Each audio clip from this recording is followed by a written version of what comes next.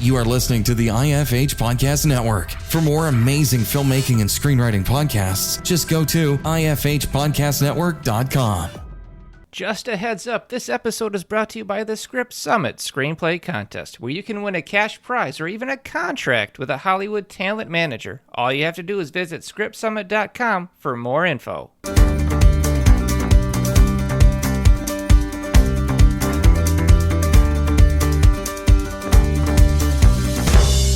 All right, welcome to the Successful Screenwriter Podcast. On this episode, I am joined by a guest host as we analyze and break down a film to discover what works and what doesn't. Welcome to the podcast. I'm your host, Geoffrey D. Calhoun, and of course, my co-host, Kristy Leigh Lussier, story analyst at WeFixYourScript.com. Thanks for being with us. I'm always excited. Yay! All right. So today we are going to cover Black Widow. I enjoyed this one. Big release this week. Yay! All right. So it's only been waiting to come out for like over a year. So here's the logline. It's cut and dry. A film about Natasha Romanoff and her quest between the films of Civil War and Infinity War. So it doesn't really give you a lot with that logline, but it's a Marvel movie. We've all been waiting for it. We kind of know what's going to happen. Mm-hmm. So, spoiler alert. We already know she dies. So yeah, this is the solo movie that she's been due, but also I really feel this is a passing of the torch as well. Oh, this is a complete just set it up and spike it over the net for obviously Florence Pugh's character, but yeah. Absolutely. Oh my God. She's so wonderful. I rented Midsummer the other day because I wanted to kind of learn more about her as an actor and her performance before I sat down for this, because I knew we were gonna break it down. And I was not ready for Midsummer. Oh. So we're not going to dive into that. All I can say is I was up until 3 a.m. I could not sleep, and I watched that movie midday. So, all right, but on to Black Widow. Yes. I love the family approach they used to this. The theme of family was fantastic. Yeah. I mean, clearly we have this association with her character now where, she doesn't necessarily have a family other than the Avengers that consider each other family. And so for us to get a little bit of insight into a sense of her coming from somewhere where there is origin about her was really cool. I really agree. I was worried that this was going to play heavy on the whole Budapest thing, because, her and Clint over the films have they always fall back on this is like Budapest when things really hit the fan. And I was like, I don't really want to see that movie. I want to see what's going on in between.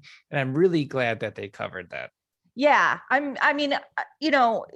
I actually was talking to somebody else earlier today who said the opposite, where they were like, I would have liked to have seen at least maybe a flashback or something during that time. But but you're right. Like, for them to not go so heavy on that aspect was okay. I think it was because she wasn't a hero then. When she was, before coming into Budapest, she was an assassin. She was a killer. She's a trained killer. If I'm a screenwriter on a gig and I'm like, this is the only solo movie she's going to get because her character is being killed off, I don't want to show the darker negative aspects of that character. Sure. I want to show her gearing up to be at her prime. And that's what we got. And I was like, oh, that is a great concept for where we're going to go. Yeah.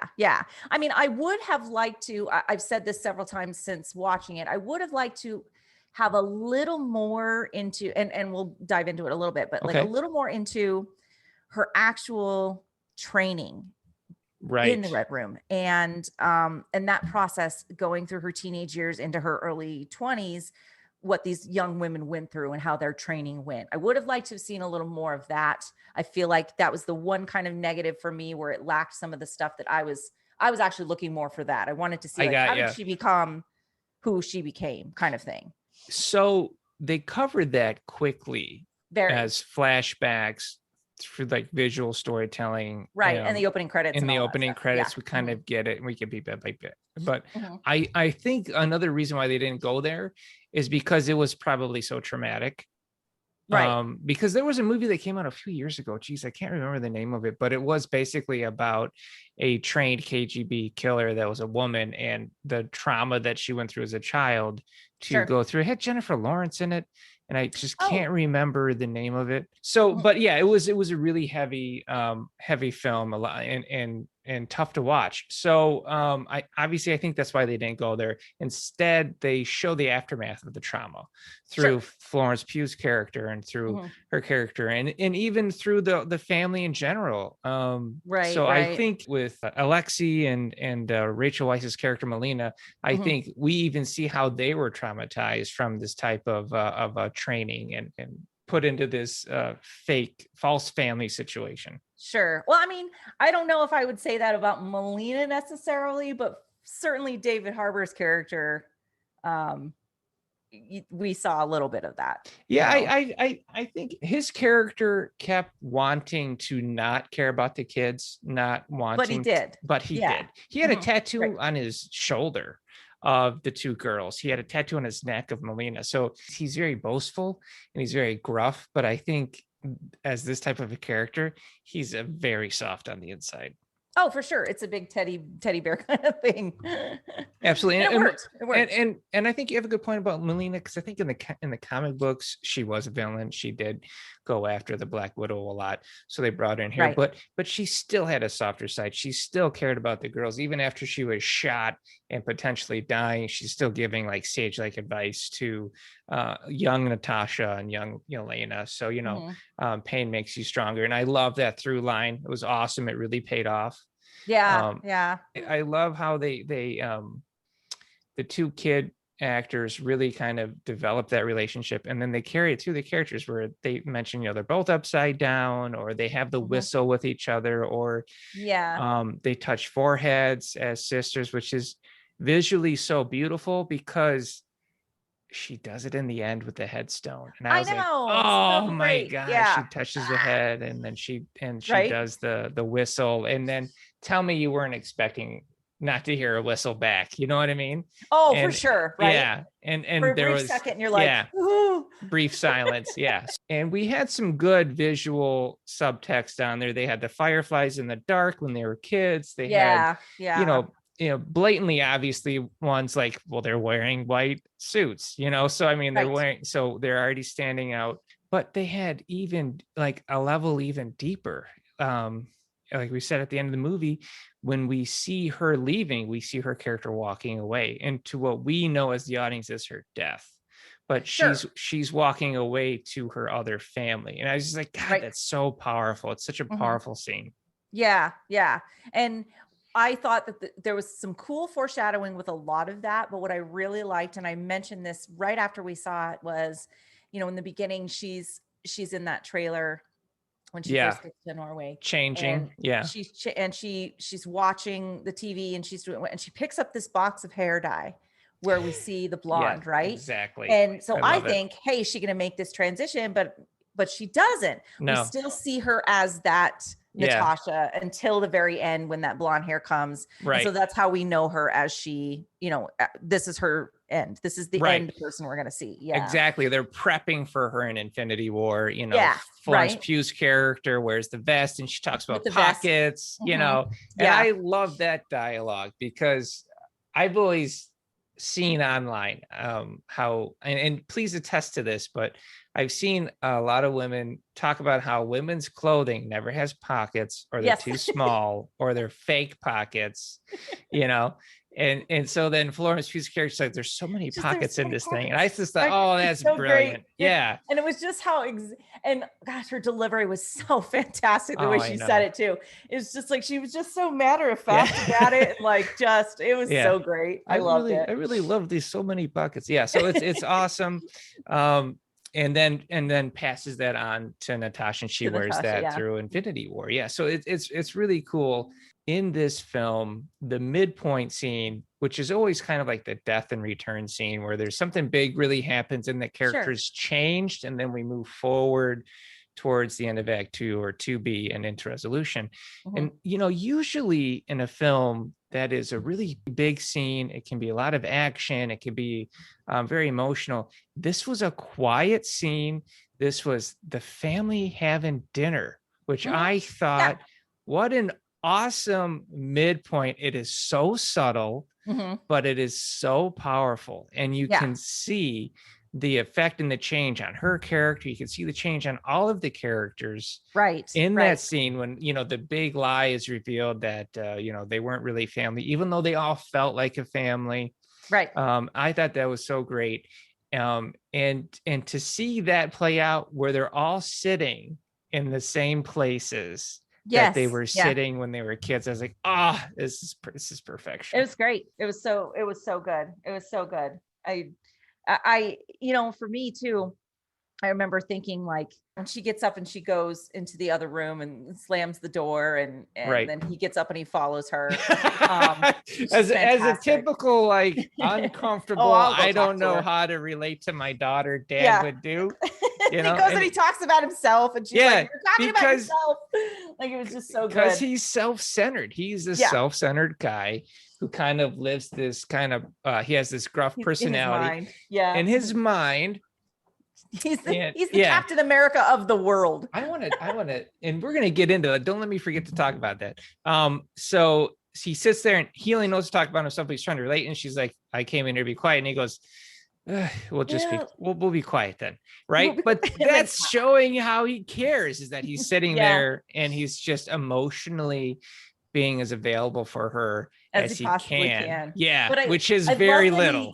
And then he does this thing where he sings the song, which is so great. Oh, that was awesome. Because that was like probably one of my favorite things in the whole movie. Is them doing that. It is. That is a solid moment. And that's what I like about what they do with these scenes. You know, when I'm teaching students scenes and I'm talking about, okay, you want to create a scene, you want to come in late, you want to leave early. We all know that, but you want to break expectations, right? Yeah. You want to break expectations. And this movie does that. And people don't think about things like that when it comes to a Marvel movie. This film does. They do it a lot of time for comedic effect, but they did it for heart as well. And they did it there when he starts singing the scene. And at first you think, is he breaking into like a Russian anthem? No, he's singing her favorite song. Yeah, which is American Pie, which is awesome because they're both talking in Russian. Yeah, fantastic. So, but they did it again. There's a scene in the helicopter where after the fallopian tubes dialogue, which was all improv, by the way. Oh, I didn't know that. Yes. So it was all improv. So he was initially supposed to say to Florence Pugh's character, you know, what are you having your monthly period? And I was like, oh, what a cringy line. But that was in the script. And so then Florence Pugh and Scarlett Johansson and the director all came together like, we need to have a rebuttal to this. Thank God. And so then Florence Pugh really went into graphic detail about having hysterectomy. And I was like, that is so great. It was good. After that scene, they talk about how they have to go to St. Petersburg, and she says, we're going to run out of gas. And he says, we're going to get there just fine. And then smash cut to the helicopter dropping. Yes. And I was like, that is what this film does. And it breaks expectation. It keeps you on the edge of your seat. It keeps you interested. Oh my God. It's so good. Yeah. I love that a lot of that, you're right, happened with the heart element, with the heart plot line versus the bigger action stuff. There were a lot of people that said, oh, there's a lot more dialogue and it kind of lags. And I think that their expectation going in was, we just want to see like a straight action. They want to see a shoot 'em up. All that. Yeah. But I'm really glad that for me, a lot more of those enjoyable moments in the movie were not those action sequences. It was a lot of this heart element and this family element that I really liked. Absolutely. I think it's taking a Marvel movie to a whole different level. It's not just a shoot 'em up piece. It's not just a popcorn movie. And I really appreciate it. I was actually struck by it. And so so the character of Alexei, the Red Guardian, we're introduced to him doing he's doing arm wrestling. He wrestles a guy who calls him out on the lie that he fought Captain America in the 80s. He fought Captain America. Yeah. Right. So side note for you, just because I love the comics, that guy whose arm he breaks and he goes, oh, look at a big bear, right? That guy is actually a big bear. That's his ability. That guy turns into a bear. Oh, shut up. See, I didn't know that either. That's actually his ability. He's part of what's called the Winter Guard, which is like the Russian version of the Avengers. And the Red Guardian, Alexi's in it. And there's another guy in it called the Crimson Dynamo. Okay. Yep. Who she mistakenly calls Alexi just to insult him. So right. There's just little Easter eggs like that. So he breaks the big bear's arm, which is awesome. Wait, hold on. Are they going that direction then? Like, I know that they haven't said that, but all right. So here's the fact they planted those Easter eggs to me says yes. I don't know if we'll see the Winter Guard, but I think what we might see is called the Thunderbolts, which was like they were kind of like the Dark Avengers. So there were lots of villains that they were using. It's almost like the Marvel Suicide Squad. Yeah. So I think we might see that direction, which would be super cool. Wow. Because they could go darker with it. They could do things they can't really typically do. Yeah. But here's what I wanted to say. So in Falcon and the Winter Soldier, there is another Captain America. It was Isaiah Bradley. He was the quote, Black Captain America. Right. So who's to say in the 80s that wasn't the Captain America that he fought? I'm just putting it out there. I know everybody wants to say, oh, he's fighting Steve Rogers and he's just making it up to make himself bigger than he is. But I'm just saying that would have been kind of awesome. So I'm putting that out there. Well, isn't the premise too that like he's been in that prison for however many years, 20 years or something? Yeah. So at this point, honestly, he hasn't, I mean, the world knows Steve Rogers, but he wouldn't know the whole story of Steve Rogers. And there's been other Captain Americas. I mean, there was a US agent and so it's just fun stuff to think about. And I love that Marvel thinks like, let's just open a door. We don't have to walk through it. So we just have that there. So all in all, I think this is worth it. See it in the theater if you feel safe. It's available on Disney Plus. What do you think? Do you have any other thoughts about this? I'm going to say it again because it was probably my favorite part of it. And I'm glad that this was a great send-off for Natasha's character, but I'm more than stoked that Florence Pugh is kind of taking this torch. Like for me, she literally led this film. Like she totally stole the show for me. Oh yeah. And even though I know it's Black Widow and it's supposed to be about Natasha, like honestly, to me, she was more of the driving central aspect. But then she was just so stunning on screen anyway.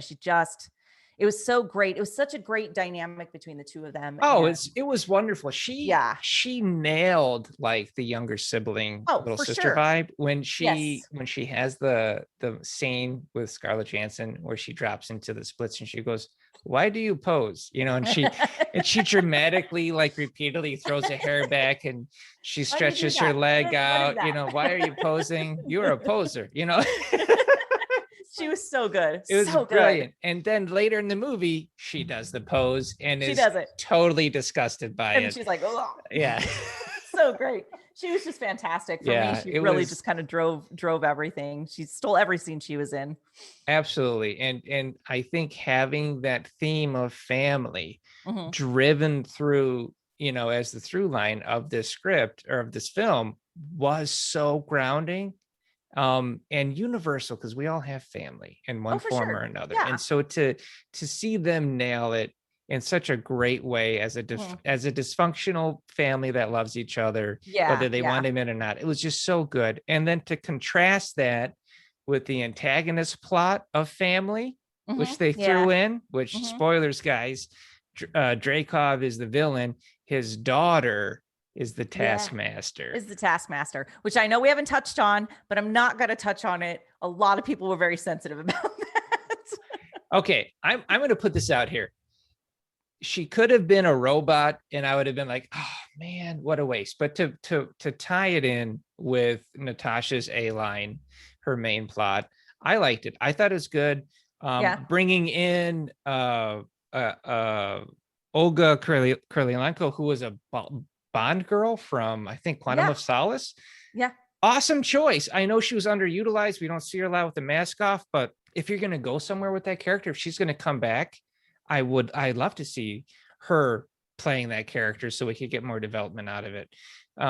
And I know people are sensitive because I think the Taskmaster was played by a man in the comic books, but yeah, a lot of people were. When you adapt it, you have to adapt characters for what the story is, as long as you kind of grab what is the core of that character. And I really don't see a problem with the Taskmaster as a villain at all. Yeah, I mean, I'm not as invested or kind of have that attachment to, the original comics. And a lot of my friends that I went to see the movie with were and did. So that was kind of the one a big disappointment for them in it. But really, other than I mean, a lot of my friends were like, I hate the Taskmaster, and I'm like, I don't have a reference.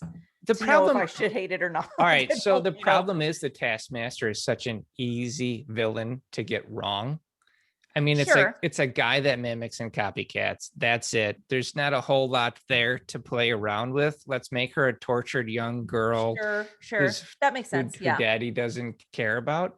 But I do like the whole mimicking people, like the whole being able to mimic and like that to me is very interesting and fascinating. I do hope that they return or revisit that, because I think that's pretty cool. I want to see a sideline story of that character where she's trying to figure out who she is, because she spent her life copying other people. That would be fascinating to me. Yeah. Julia Louis-Dreyfus, what do you think? I mean, right? As soon as I heard her voice and then I was like, oh, you got Valentina. Yeah, that's awesome. Okay. Valentina's here. Yeah. And then a couple of my other friends were like, oh, we haven't watched Falcon Winter Soldier yet. And I'm like, well, you're going to not get this for a second. So you'll catch up, I'm sure. Well, this film was supposed to be her character's introduction. It wasn't actually supposed to be the Falcon. And so, to bring her in and then to key up that they're going to have a Hawkeye show, and that Florence Pugh may quote be the antagonist. I mean, we probably know where that's going, but it may do that, and then whatever. But I still think, like, I just love what they're doing. I think their push to television is awesome. And building it out, I'm so excited about it. For sure. I'm very excited. Yeah, it's a great business model. All right. So this episode is brought to you by the Scripps Summer Screenplay Contest. And we only have a couple of days left on this contest. Our very last deadline is Sunday, the 18th. 18th. Yep. So with this contest, you can win a cash prize of up to $1,000. You can even win a contract with a talent manager. In fact, 2 of our winners this year will win contracts with talent managers, which I think is absolutely amazing. That's awesome. So if you're listening to the show and you have a script that's in pretty good shape and you feel like you want to give it a gander, and you can go to scriptsummit.com and check it out and see if you can enter, and who knows what can happen. I mean, last year's contestant who won the contract with the Hollywood talent manager actually didn't even pay for a submission. He actually got one for free out of one of our little mini contests, and then ended up winning the grand prize. Well, that's interesting. I like that. That's cool. How cool is that? I think that's so awesome. All right. Well, do you have any last tidbits for me? No, just anybody submit to Scripps Summit. It's going to be a blast. So I don't know how you feel, but I would love to cover the Tomorrow War. Everybody's been talking about it. I think that one's on Amazon. It is on Amazon. What do you think? I have not seen it yet, so I'm down for it, because that's a new movie that I got on my list that I want to watch. All right, let's do the Tomorrow War, and I will see everybody and you next week. Thanks for listening. If you enjoyed this episode, please subscribe and share on your social media, where you can tag us at The Successful Screenwriter.